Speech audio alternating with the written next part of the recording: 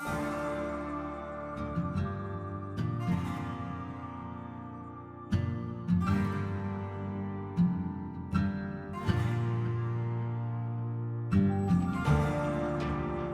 fiction doesn't always deal with the future. Sometimes science fiction can be a blast from the past. Hey everyone, and welcome back to 1995, where we reconnoiter the rim of science fiction from the best of the best to the weird, weird west. We take a look at science fiction shows that not everybody knows. Take the adventurous spirit of Indiana Jones, the comedy of Army of Darkness, mix in a healthy dash of steampunk and science, and a pinch of Back to the Future Part 3. Then send a Harvard-educated lawyer turned bounty hunter out into the wild, and what you end up with are the adventures of Brisco County Jr.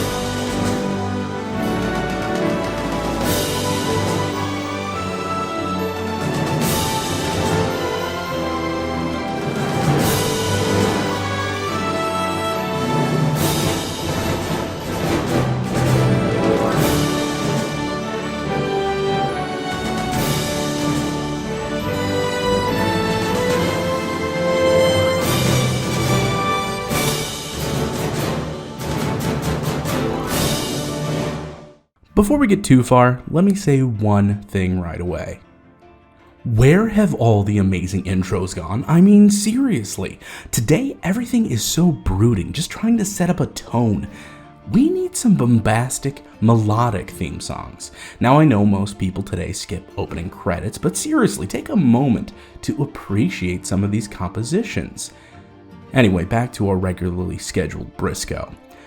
The Adventures of Brisco County Jr., often referred to as just Brisco or Brisco County, was an American Weird Western television series created by Jeffrey Boehm and Carlton Cuse. It ran for 27 episodes on the Fox network, starting in the 1993 to 1994 season.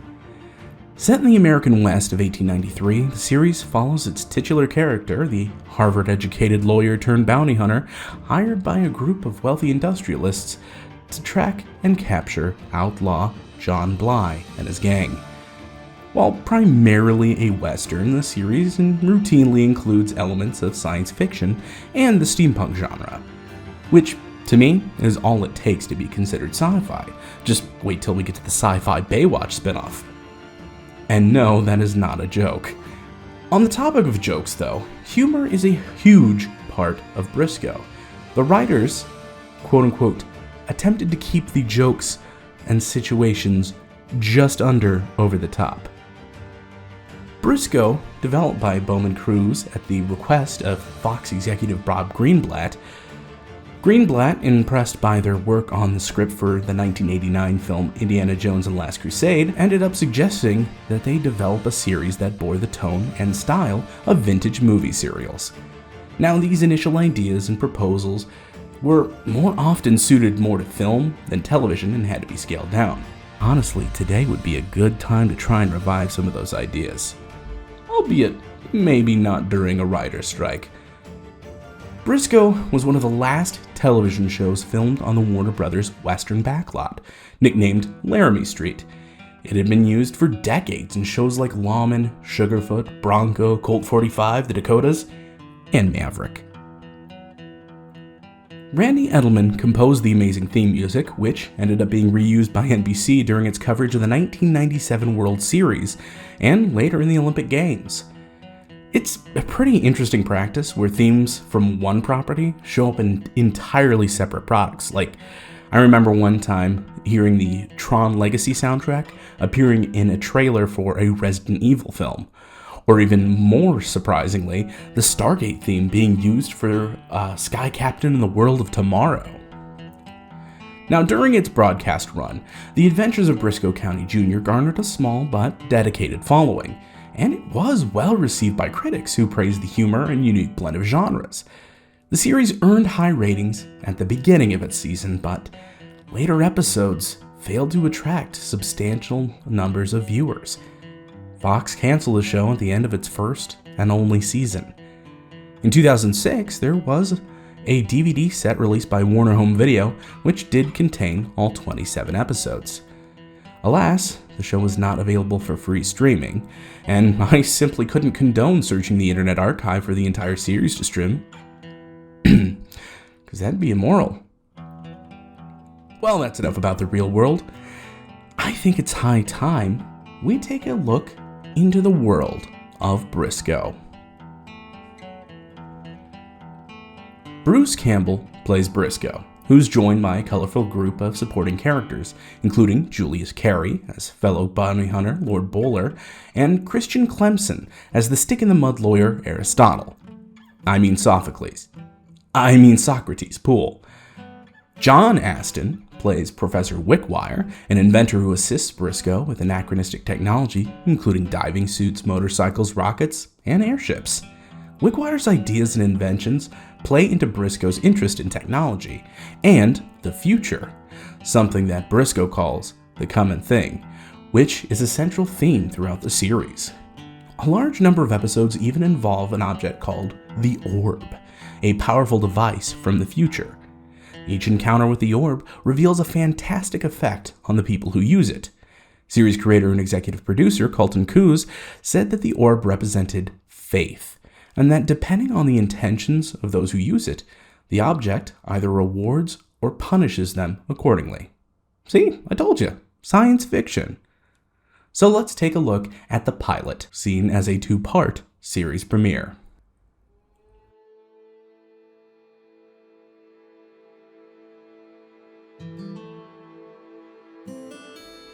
Chapter 1.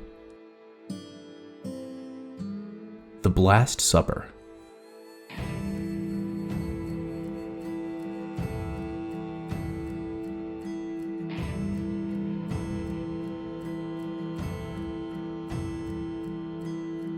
The famous U.S. Marshal, Brisco County Sr., has apprehended a gang of outlaws and its leader, the notorious John Bly.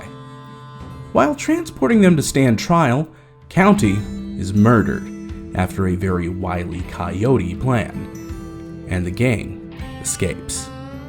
Meanwhile, in a nearby mine, a group of shackled Chinese workers unearths the Orb, a large golden globe studded with rods. A worker draws out one of the rods from the orb, then touches several of his co-workers with it. As each worker is touched, the rod is imbuing them with superhuman strength, which they use to break the iron chains that bind them, thus freeing themselves. Members of the Westerfield Club, a group of robber barons, hire Brisco County Jr., the son of the slain U.S. Marshal, to track and recapture Bly and his gang. Mr. Thorogood insists that Brisco is accompanied by the club's timid lawyer, Socrates Poole, who relays instructions and financial support. Meanwhile, another bounty hunter, Lord Bowler, who is also known for his expert tracking skills, also hopes to capture Bly. Bitter over the elder county's fame, Bowler treats Brisco as a rival. Brisco is then invited to a luncheon by an unknown individual.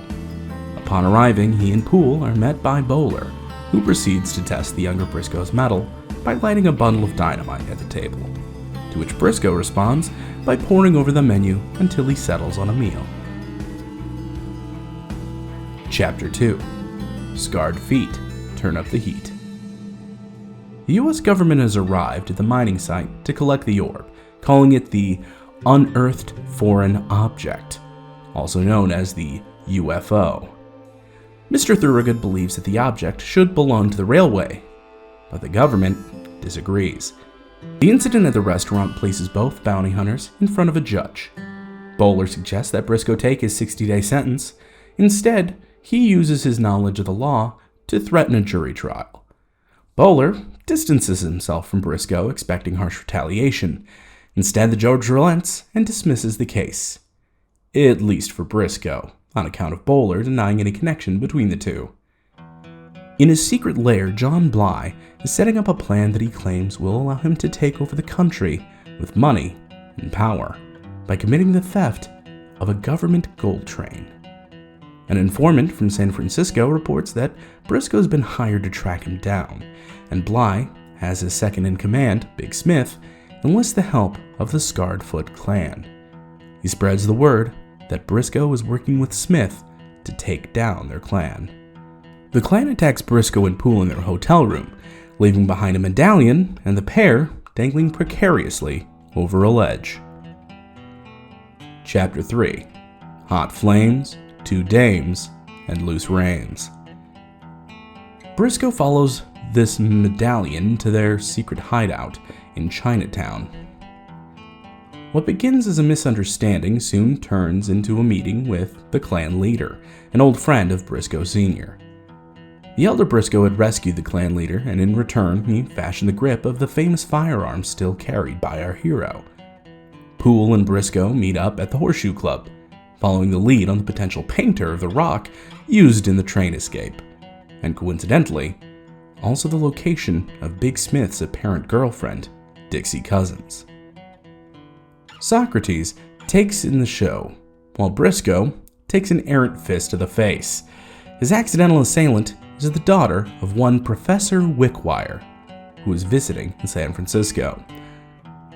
Outside of the club, our protagonists witness Dixie attempting to flee on a nighttime stagecoach, onto which Brisco sneaks aboard. The next day, Bowler has escaped his sentence and uses Comet, Brisco's horse, to track him down. Brisco's enjoying his ride with Dixie when the drivers succumb to their dubious drinking.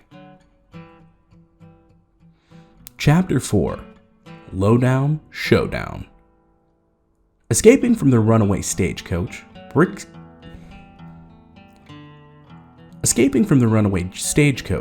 Brisco and Dixie find themselves in the front of Smith and his gang. To save his hide, Brisco assumes the identity of an outlaw, and the whole retinue rides to Sutter Creek, a town with no sheriff, a brothel-owning mayor, and a drunk minister. Smith and Brisco share a drink where Smith's involvement in the murder of Marshall Brisco is revealed. When attempting to send a telegraph message back to Poole, a second meeting with Wickwire inadvertently leads Brisco to touching Pete's piece. And you never want to put your hands on Pete's piece. The pair take positions in a classic showdown in the street. Chapter 5: Yell to Your Horse.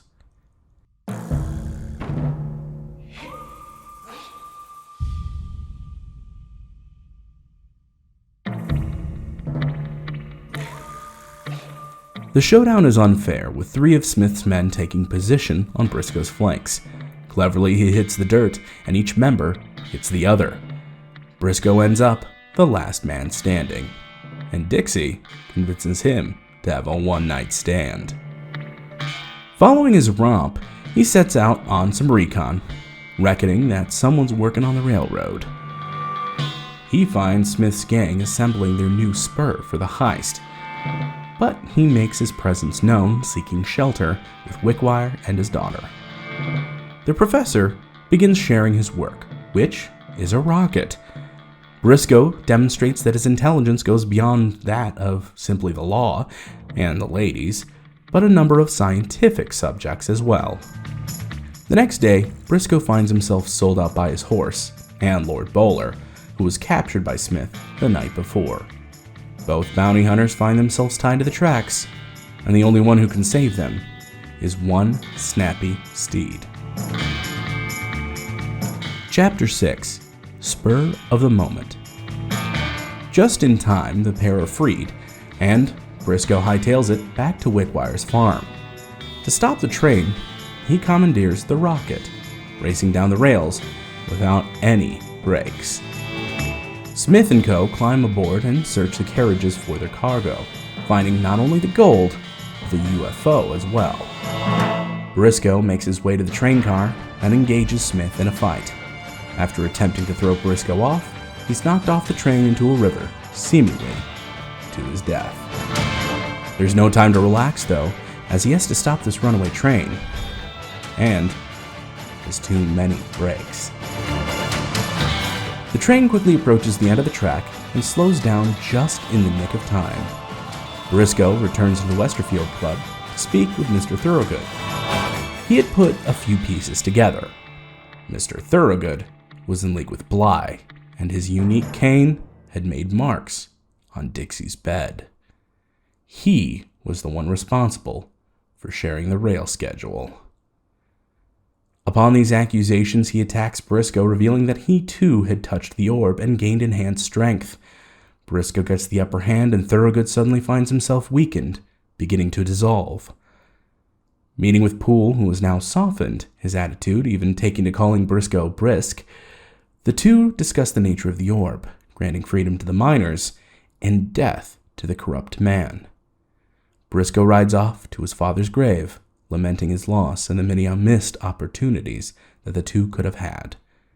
He tells his father that he understands how difficult his father's job was, and how the first nearly killed him, with 12 more men left to capture. Mounting Comet, Brisco has a long ride ahead of him. The end.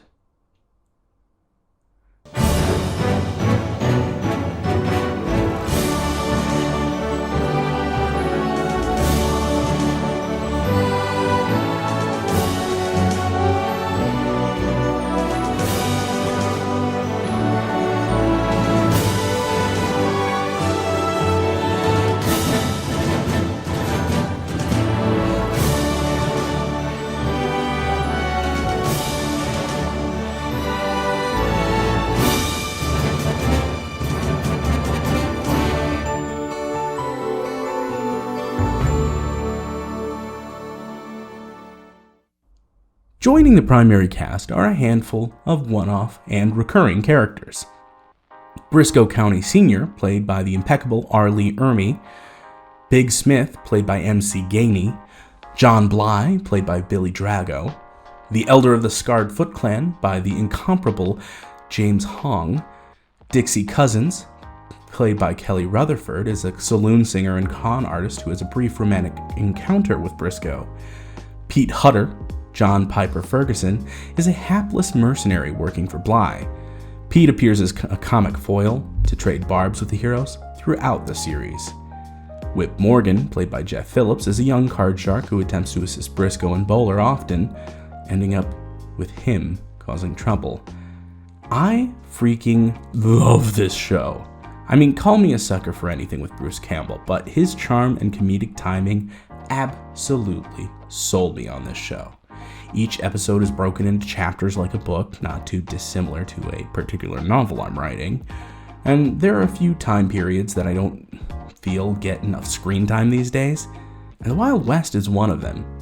Even less are westerns that feature supernatural or science fiction elements. The Weird West is rife with possibilities, and this show proves you can absolutely pull it off. How the show lost its viewership is absolutely astonishing. I'd feel like any other network but Fox would have given it more of a fair shake.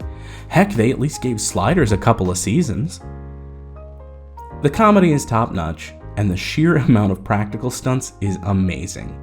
Far too often today we rely on CGI or shooting on indoor sets, and we miss out on skilled stunt performers and wild pyrotechnics.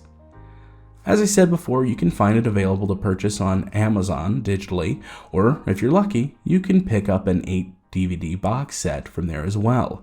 Because if you're streaming the Internet Archive, this is bad and you should feel bad. For our next episode, we're going from home on the range to a new frontier with the short-lived Space Rangers. Until next time.